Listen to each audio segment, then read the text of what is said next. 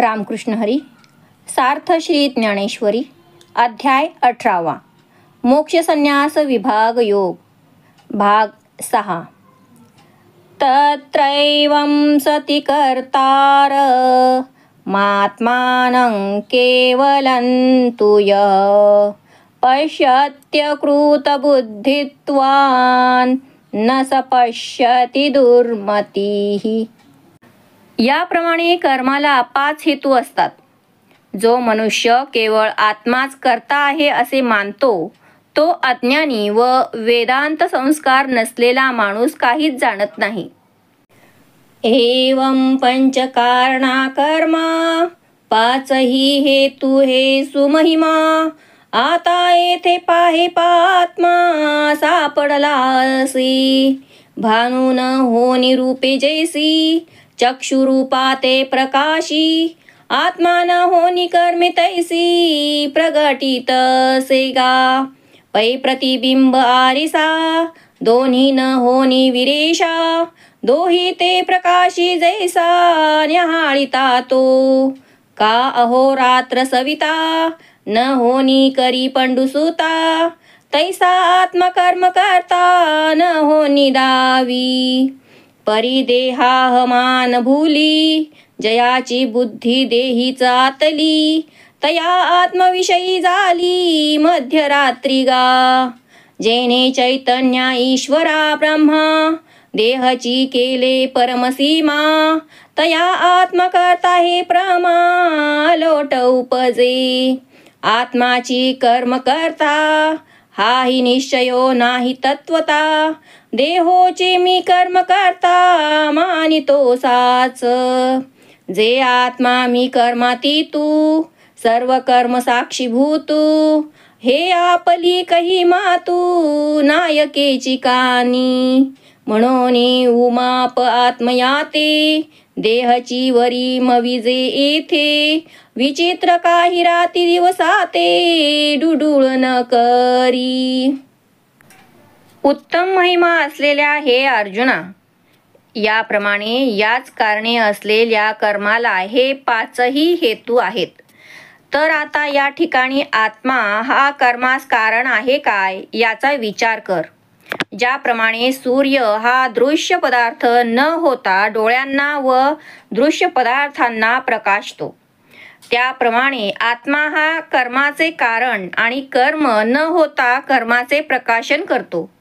हे विरेशा अर्जुना, आरसा व प्रतिबिंब हे दोन्ही आपण न होता पाहणारा जसा दोघांचेही प्रकाशन करतो, अथवा सूर्य जसा दिवस रात्र न होता आपल्या उदयाने दिवस आणि अस्ताने रात्र करीत असतो, त्याप्रमाणे आत्मा हा कर्म आणि कर्ता यांपैकी न होता दोघांनाही प्रकाशित करतो. परंतु देहरूपी अहंकाराच्या मोहाने ज्याच्या बुद्धीने देह म्हणजेच मी असा निश्चय केला आहे त्यांना आत्म्याविषयी जणू अज्ञानाची मध्यरात्रच झाली आहे. ज्याने चैतन्य ईश्वर ब्रह्म हे सर्व काही देहालाच मानले आहे त्याची देह हाच कर्ता आहे अशी दृढ समजूत होते.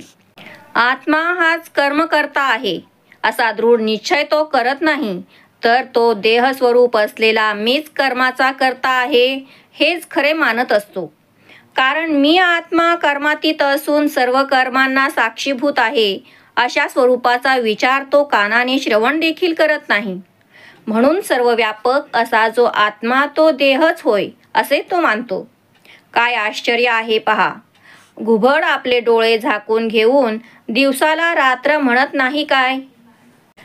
पैजिणी आकाशीचा काही सत्य सूर्य देखिला नाही. तो थिल्लरीचे बिंब काही मानून लाहे.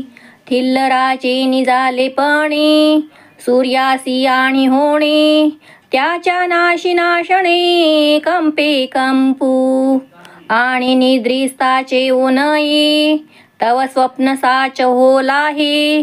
रज्जु नेणता सर्पाभिहे विस्मो कवण. जव कवळाथी डोळा तव चंद्र देखावा की पिवळा. काय मृगी ही मृगजळा भाळावे नाही. तैसा शास्त्र गुरुचे निनावे, जो वाराही टेकोने दिशिवे, केवळ मोठ्याचे नीची जीवे, जियाला जो तेने देहात्मदृष्टीमुळे, आत्मया घापे देहाचे जाळे, ऐसा अभ्राचा वेगू कोल्हे चंद्रिमानी, मग तया मानण्यासाठी, देहबंदी शाळे किरीटी, कर्माच्या वज्रगाठी कळासे तो, पाहे पाबद्ध भावना दृढा, नळीयेवरी तो बापुडा, काय मोकळे याही पायाचा चिचवडा, न ठकेची पूसा, म्हणून निर्मळे आत्मस्वरूपी, जो प्रकृतीचे केले आरोपी, तो कल्पकोडीच्या मापी, भवीची कर्मे, आता कर्म माझी असे, परितया ते कर्म न स्पर्शे, वडवानळा ते जैसे समुद्रोदक, तैसे निवेगळेपणे, जयाचे कर्मी असणे, तो कीर ओळखावा कवणे तरी सांगू, जे मुक्ताने निर्धारिता, लाभे आपलीच मुक्तता, जैसी दीपे दिसे पाहता आपुली वस्तू. ज्याने आकाशातील सूर्य कधीच पाहिला नाही, तो डबक्यातील पाण्यात पडलेल्या सूर्याच्या प्रतिबिंबासच सूर्य समजत नाही काय. तो अज्ञानी डबक्याच्या उत्पत्तीने सूर्याची उत्पत्ती, डबक्याच्या नाशाने नाश आणि कंपाने कंप मानत असतो. झोपलेला मनुष्य जोपर्यंत जागा होत नाही तोपर्यंत स्वप्न हे त्याला खरेच भासत असते. ज्याला ही दोरी आहे असे समजत नाही तोपर्यंत त्या दोरीला तो सर्प मानून भीत असतो. यात आश्चर्य ते कोणते? जोपर्यंत कावीळ झालेली आहे तोपर्यंत चंद्राचा रंग पिवळा दिसतो, कारण असे दिसणे स्वाभाविकच आहे. हरिणांनी मृगजळाला पाहून भुलू नये काय? त्याप्रमाणे शास्त्र आणि सद्गुरू यांची नावे उच्चारल्याबरोबर तो त्यांचा वाराही आपल्या शिवेला लागू देत नाही, म्हणजे त्यांना तो मुळीच मानत नाही आणि तो केवळ अज्ञानीपणाच्या जीवावरच जगत असतो. कोल्हा हा ढग पळत असताना चंद्र पळत आहे असे मानतो. त्याप्रमाणे त्याने देहच आत्मा आहे अशा दृष्टीने आत्म्याला देहाच्या जाळ्यात घातले आहे. अर्जुना, मग तो जीव अशा मानण्याने देहरूपी बंदीशाळेत कर्माच्या पक्क्या गाठींनी जखडला जातो. अरे हे पहा की बिचारा पोपट पायाचा चवडा मोकळा असतानाही मी बांधला गेलो आहे अशा दृढ कल्पनेने नळीवरच बसून राहत नाही काय? म्हणून परिशुद्ध आत्मस्वरूपाच्या ठिकाणी जो प्रकृतीने केलेल्या कर्माचा आरोप करतो तो कल्पकोटीपर्यंत कर्मातच गुंतलेला राहतो. ज्याप्रमाणे वडवानळ सागरामध्ये असून देखील सागराचे पाणी त्याला स्पर्श करू शकत नाही, त्याप्रमाणे तो कर्मामध्ये असूनही त्याला कर्म स्पर्श करू शकत नाही. जो अलिप्तपणाने कर्म करीत असतो तो खरोखर कसा ओळखावा असे विचारशील तर सांगतो. ज्याप्रमाणे दिव्याच्या आधारे पाहिले असता आपलीच अंधारात ठेवलेली वस्तू प्राप्त होते, त्याप्रमाणे मुक्त पुरुषांचा सूक्ष्म विचार केला असता आपलीच अनादिसिद्ध असलेली मुक्तता आपणास प्राप्त होते. ना तरी दर्पण जव उटीजे, तव आपण पया आपण भेटीजे, का तोय पावता तोय होईजे, लवणे जेवी. हे असो परतोनी मागुते, प्रतिबिंब पाहे बिंबाते, तव पाहणे जाऊन आईते, बिंबची होय. तैसे हारपले आपण पेपावे, तै संता ते पाहता गिवसावे, म्हणून वानावे ऐकावे तेची सदा. परिकर्मी असोनी कर्मे, जो नागवे समविषमे, चर्मचक्षुचे नीचामे दृष्टी जैसी. तैसा सोडविला जो आहे, तयाचे रूप आता पाहे, उपपत्तीची बाहे उभवूनी सांगू. आरसा जसजसा स्वच्छ करावा तसतसे आपले प्रतिबिंब त्यामध्ये अधिक स्पष्ट दिसू लागते. अथवा मीठ पाण्यामध्ये घातले असता जसे त्याचे पाणी होते, परंतु बिंब आणि प्रतिबिंब या दोघांना विचारदृष्टीने पाहिले असता बिंबापेक्षा प्रतिबिंब नावाचा पदार्थ स्वतंत्र नाही असेच जाणवते आणि आपले स्वरूप आपोआप दिसते. त्याप्रमाणे आपली हरवलेली आत्मवस्तू आपणास परत मिळवायची असेल तर संतांचा उपदेश समजून घ्यावा, सर्व काळ संतांचे वर्णन करावे आणि त्यांचेच गुणगान नेहमी एकाग्रतेने श्रवण करावे. ज्याप्रमाणे कातड्याचे डोळे असतात, डोळ्यांतील बुबुळ देखील सूक्ष्म कातडेच असते, परंतु त्या कातड्याने दृष्टीला प्रतिबंध होत नाही. त्याप्रमाणे कर्म करत असूनही जो कर्माच्या चांगल्या वाईट परिणामाने लिप्त होत नाही आणि जो सर्व कर्मांच्या बंधनापासून मुक्त झाला आहे, त्याची लक्षणे कशी असतात हे मी तुला विचारांचे बाहू उभारून सांगत आहे. यस्य नाहंकृतो भावो बुद्धिर्यस्य न लिप्यते हत्वापि सैमान् लोकान् न हन्ति न निबध्यते. ज्याच्या अंतःकरणामध्ये मी करता आहे असा भाव नसतो व ज्याची बुद्धी सांसारिक पदार्थांमध्ये संपूर्णपणे लिप्त होत नाही, तो या लोकांना मारून देखील मारित नाही, म्हणजे मारण्याच्या क्रियेचा कर्ता होत नाही, म्हणून तो त्या कर्माने बद्ध होत नाही. तरी अविद्येची या निदा विश्वस्वप्नाचा हा धांदा भोगीत होता प्रबुद्धानादी जो. तो महावाक्याचे निनावे गुरुकृपेचे निथावे माथा हात ठेवणे नव्हे थापटिला जैसा. तैसा विश्वस्वप्नेसी माया निद सांडूनी धनंजया सहजेची चेईला द्वयानंदपणे जो. तेव्हा मृगजळाचे पूर दिसते एक निरंतर हारपती का चंद्रकर फांकता जैसे.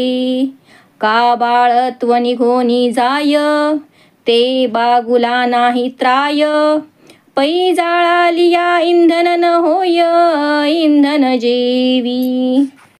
हे बुद्धिमान अर्जुना, अनादि जीव जो अविद्येच्या निद्रेत विश्वरूपी स्वप्नाचा हा व्यवहार करून सुखदुःखांचे भोग भोगीत होता, तो तू ब्रह्म आहेस.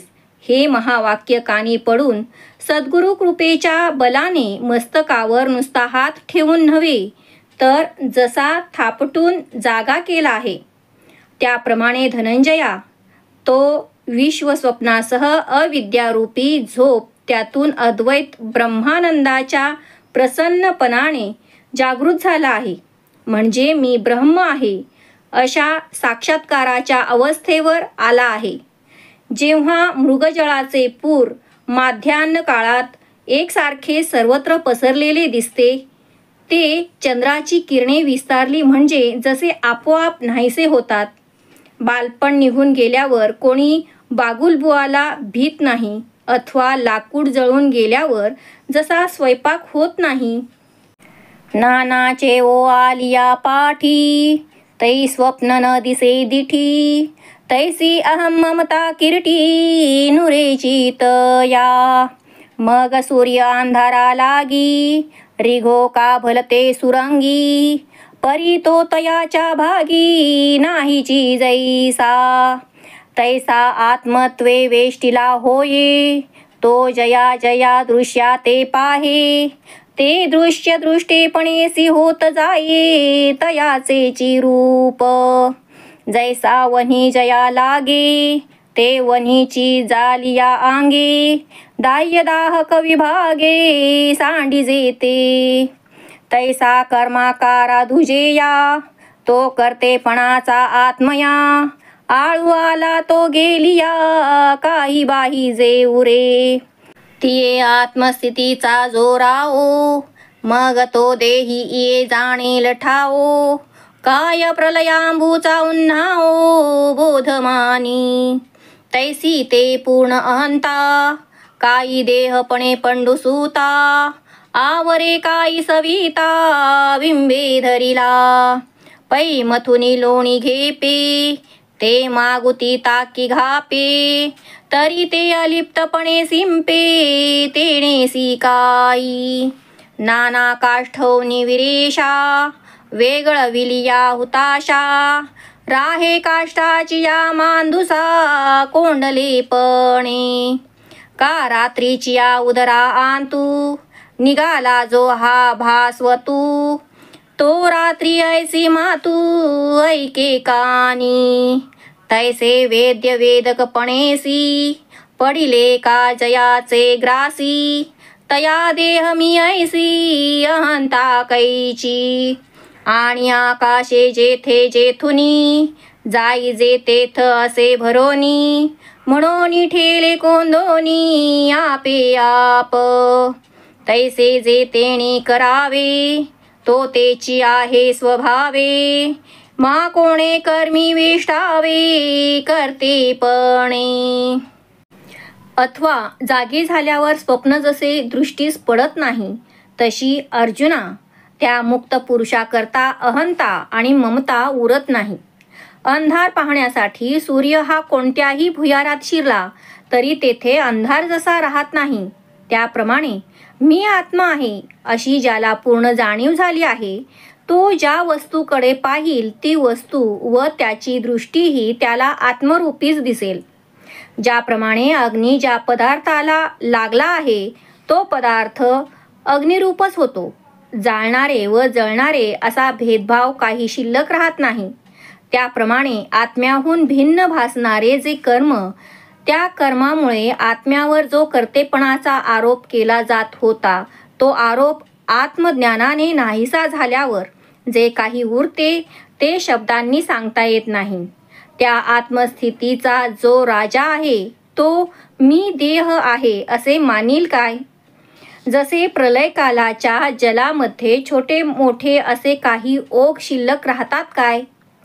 मी ब्रह्म आहे आणि सर्व विश्वात समान रूपाने मीच व्यापून राहिला आहे अशी व्यापक स्थिती ज्याची झाली आहे त्याला देह म्हणजे मी असे वाटेल काय.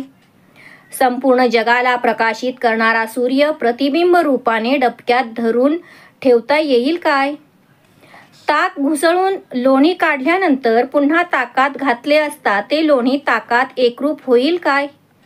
हे वीरेशा अर्जुना, लाकडातून अग्नी तयार करून वेगळा काढल्यावर तो लाकडाच्या पेटीत कोंडलेल्या स्थितीत राहू शकेल काय. अथवा रात्रीच्या उदरातून जो सूर्य बाहेर निघालेला आहे तो रात्र अशी गोष्ट तरी ऐकेल काय. त्याप्रमाणे जाणण्याची वस्तू व जाणणारा ज्या ठिकाणी एकरूप पावली आहेत त्याला मी देह आहे किंवा देहच आत्मा आहे अशी परिच्छिन्न अहंता कशी असू शकेल. आकाशाने ज्या जागेपासून ज्या जागी जावे तेथे ते पहिलेच परिपूर्ण भरून असते म्हणून ते आपोआपच सर्व ठिकाणी कोंडून राहिले आहे. त्याप्रमाणे मुक्ती प्राप्त केलेल्या पुरुषाने जे कर्म करावे ते स्वभावतः तोच असतो म्हणजे ते आत्मस्वरूपच असते. मग तो मुक्त पुरुष कोणत्या कर्मपणाने गुंतला जाईल. नुरेची गगना वीण ठाओ नोहेची समुद्रा प्रवाहो. नुठीची ध्रुवा जाओ तैसे जाहले. ऐसेनी अहंकृत भावो जयाचा बोधी जाहला वावो. तरी देहा जव निर्वाहो तव आथी कर्मे. वारा जरी वाजोनी ओसरे तरी तो डोल रुखी उरे. का सेंदे दूती राहे का पुरे वेचलेनी. का सरले या गीताचा समारंभू न वचे राहिले पणाचा क्षोभू. भूमी लोळोनी गेली आंबू ओल थारे. अगा मावळलेनी अर्के संध्येची भूमिके. ज्योती दीप्ती कौतुके दिसे जैसी. पै लक्ष भेदिली याही वरी बाण धावेची तव वरी. जव भरली आथी उरी बळाची तया, नाना चाकी भांडे झाले ते कुलाले परते नेले, परिभ्रमेची ते मागिले भोवडिलेपणे, तैसा देहाभिमानु गेलिया देह जेणे स्वभावे धनंजया, झाले ते या पैसया चेष्टवीच ते, संकल्पे वीण स्वप्न न लाविता दांगीचे वन, न रचिता गंधर्व भुवन उठी जैसे, आत्मयाचेनी उद्यमे वीण तैसे देहादी पंचकारण, होया पण या पण क्रिया जात, पै प्राचीन संस्कार वशे पाचही कारणे सहेतुके, काम विजती गानेके कर्माकारे, तया कर्मा माझी मग संहरो आघवे जग, अथवा नवे चांग अनुकरो, परी कुमुद कैसे निसुके ते कमळ कैसे फाके, ही दोन्ही रवी न देखे जया परी, गगनाशिवाय जशी कोठेही रिकामी जागा नाही, अथवा समुद्राला जसा प्रवाह नाही, अथवा ध्रुवाला आपली जागा सोडून उठून जाणे शक्य नाही, त्याप्रमाणे मुक्त पुरुषाची व्यापकपणामुळे तशी स्थिती झालेली असते. याप्रमाणे ज्याच्या आत्मानुभवात देहाच्या ठिकाणी असलेला अहंकार विरून गेला आहे, तरी देखील देह जोपर्यंत आहे तोपर्यंत कर्मे घडत असतात. वारा वाहून गेला तरी झाडांच्या ठिकाणी ते हलणे शिल्लक उरते, अथवा करंड्यामधून कापूर काढून घेतला तरी सुगंध शिल्लक राहतो. सुमधुर सुरेल गाण्याचा कार्यक्रम संपला तरी पण चित्तात त्याच्या लहरी शिल्लक असतात. ओढ्याचे पाणी जमिनीवरून लोळत गेल्यानंतर मागे ओल शिल्लक राहते. सूर्य मावळल्यानंतर देखील पश्चिम क्षितिजावर सूर्याचे तेज म्हणजे संधी प्रकाश हा दिसत असतो. लक्ष्याला भेदून गेल्यानंतर देखील बाणात वेगाचा जोर शिल्लक राहिला आहे, तेथपर्यंत बाण सारखा पुढे जातच राहत असतो.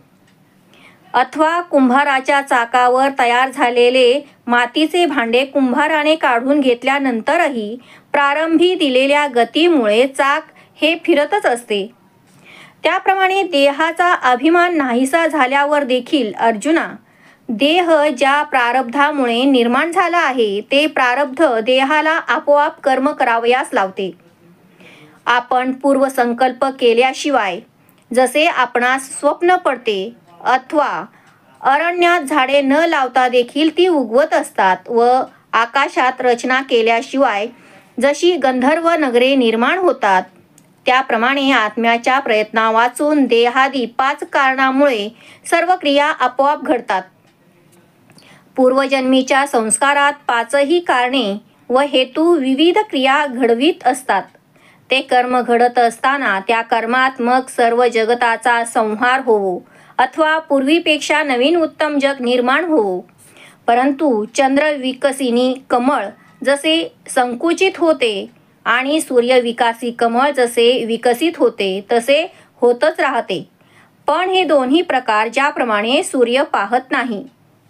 का विजू वर्षोनी आभाळ ठीकरिया आतो भूतळ, अथवा करू शाडवळ पर्जन्य वृष्टी, तरी तया दोहिते जैसे जेनी जेची का आकाशे, तैसा देहीच जो असे विदेह दृष्टी, तो देहादिकी चेष्टी घडता मोडता हे सृष्टी, न देखे स्वप्न दृष्टी चेला जैसा, एरवीचा माचे डोळेवरी जे देखती देहाची वरी, ते किरतो व्यापारी ऐसेची मानिती. का तृणाचा बाहुला जो आगरा मेरे ठेविला, तो साचची राखता कोल्हा मानिजेना, पिसे नेसले का नागवे हे लोकी येऊनी जाणावे, ठाणोरियाचे मवावे आणखी घाय, काम हा सतीचे भोग, देखे कीर सकळ जग, परी ते आगिना अंग, ना लोकू देखे, तैसा स्वस्वरूपे उठिला, जो दृश्येसी दृष्टा आटला, तोणेने काय राहटला इंद्रिय ग्रामू, अगाथोरी कल्लोळी कल्लोळसाने, लोपता तिरीचे निजने, एकाएकी गिळले हे मने, मानिजे जरी, तरी उदका प्रति पाही, कोण ग्रसितसे काही, तैसे पूर्ण दुजे नाही, जे तो मारी, सुवर्णाची या चंडिका, सुवर्ण शूळेची देखा, सुवर्णाची या महिखा, नाशू केला, तो देवलवसिया कडा, व्यवहार गमला पुढा, वाचुनी महिष शूळ चामुंडा, सुवर्णची ते, पै चित्रीचे जळ हुताशू, तो दृष्टीचा आभासू, पटी अग्नि उलांशू, दोन्ही नाही, अथवा मेघातून विजेचा प्रखर वर्षाव होऊन पृथ्वीच्या ठिकऱ्या ठिकऱ्या होतात, अथवा मेघ जलाची वृष्टी करून पृथ्वी हिरवीगार नंदनवनाप्रमाणे करतो. परंतु या दोन्ही अवस्थांना आकाश जसे जाणत नाही, त्याप्रमाणे तो मुक्त देहात असून देखील मी देह नाही अशा बोधाने असतो. अर्जुना, ज्याप्रमाणे जागा झालेला मनुष्य स्वप्न जसा बघत नाही, त्याप्रमाणे देहादिकांच्या कर्मांनी सर्व सृष्टी उत्पन्न झाली अथवा नाश पावली तरी देखील तो काही बघत नाही. एरवी जे संसारात गुंतलेले लोक आहेत ते चामड्याच्या देहाने मुक्त पुरुषाच्या देहाकडे पाहत असतात आणि तोच कर्म करणारा आहे असेच मानतात, किंवा गवताचे बुजगावणे करून शेताच्या बांधावर उभे केलेले असते, परंतु कोल्हा तो रखवालदारच आहे असे मानत नाही का? एखाद्या वेड्या माणसाने वस्त्र नेसलेले आहे की नाही हे जसे इतर लोकांनी जाणावे लागते, अथवा शूर योद्ध्याच्या जखमा दुसऱ्यानेच मोजाव्या लागतात. युद्धाच्या वेळी त्याच्या अंगात वीरश्री संचारलेली असते, त्यामुळे त्याचे भान त्याला नसते.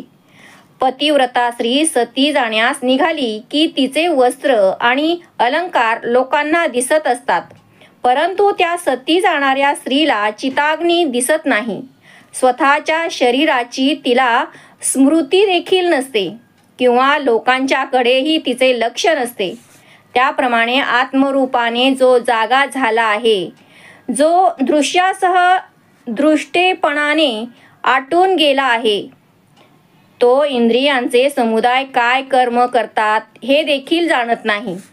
सागराच्या तीरावर आलेल्या लोकांना असे वाटते की मोठ्या लाटेने लहान लाटांना गिळून टाकले आहे, तरी पाण्याच्या दृष्टीने पाहिले तर कोणती लाट कोणत्या लाटेला गिळंकृत करते हे कळत नाही.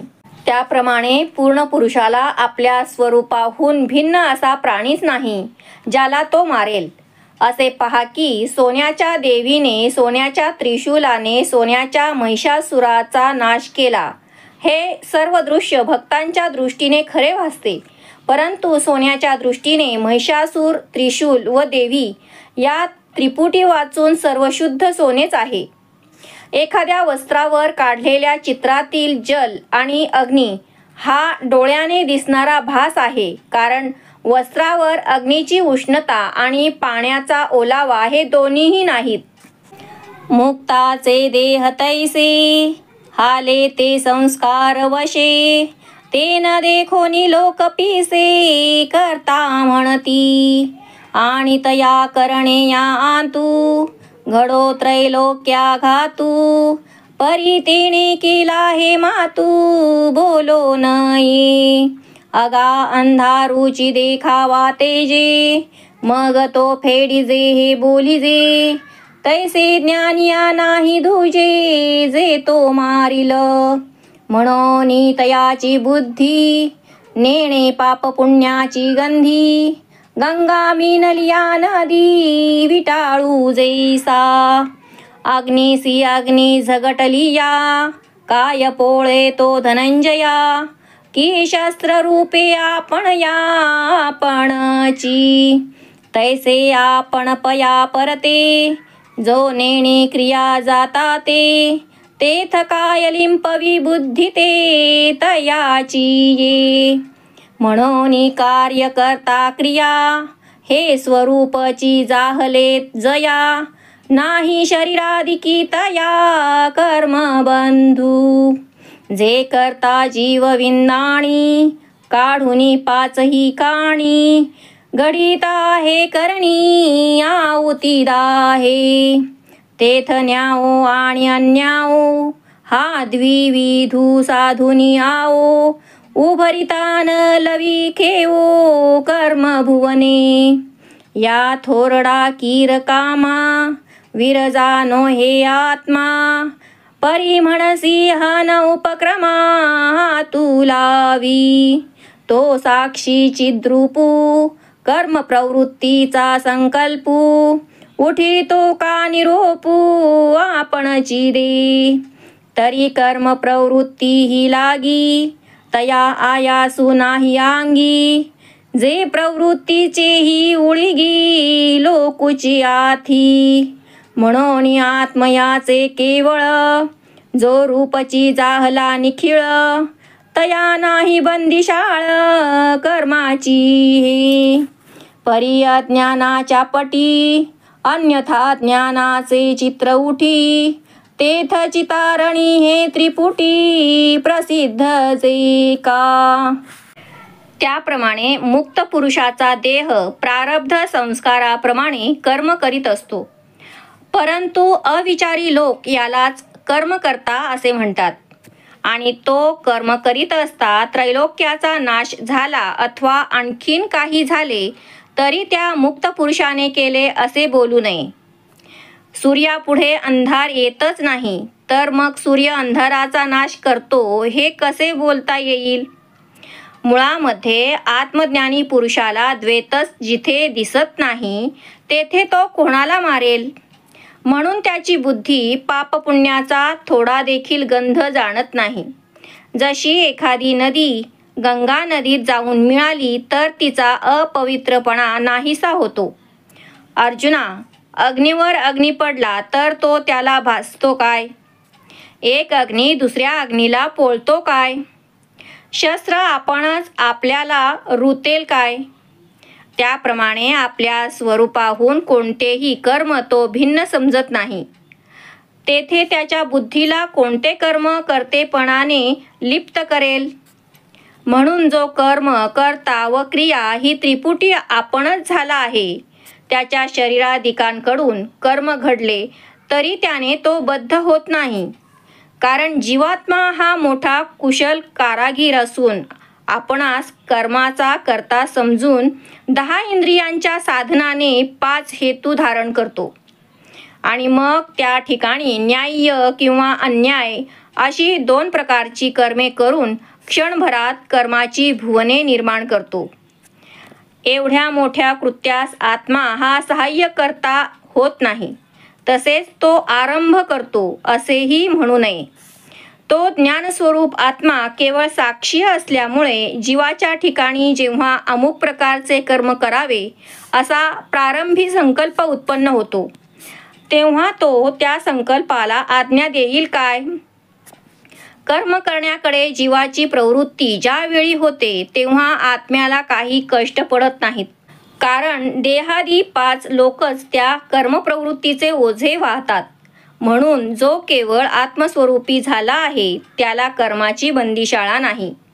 परंतु अज्ञानरूपी पटावर जे प्रपंचाचे भ्रमज्ञानाचे चित्र निर्माण झालेले असते ते चित्र काढणारा व चित्रपट ही त्रिपुटी तुला स्पष्ट करून सांगतो.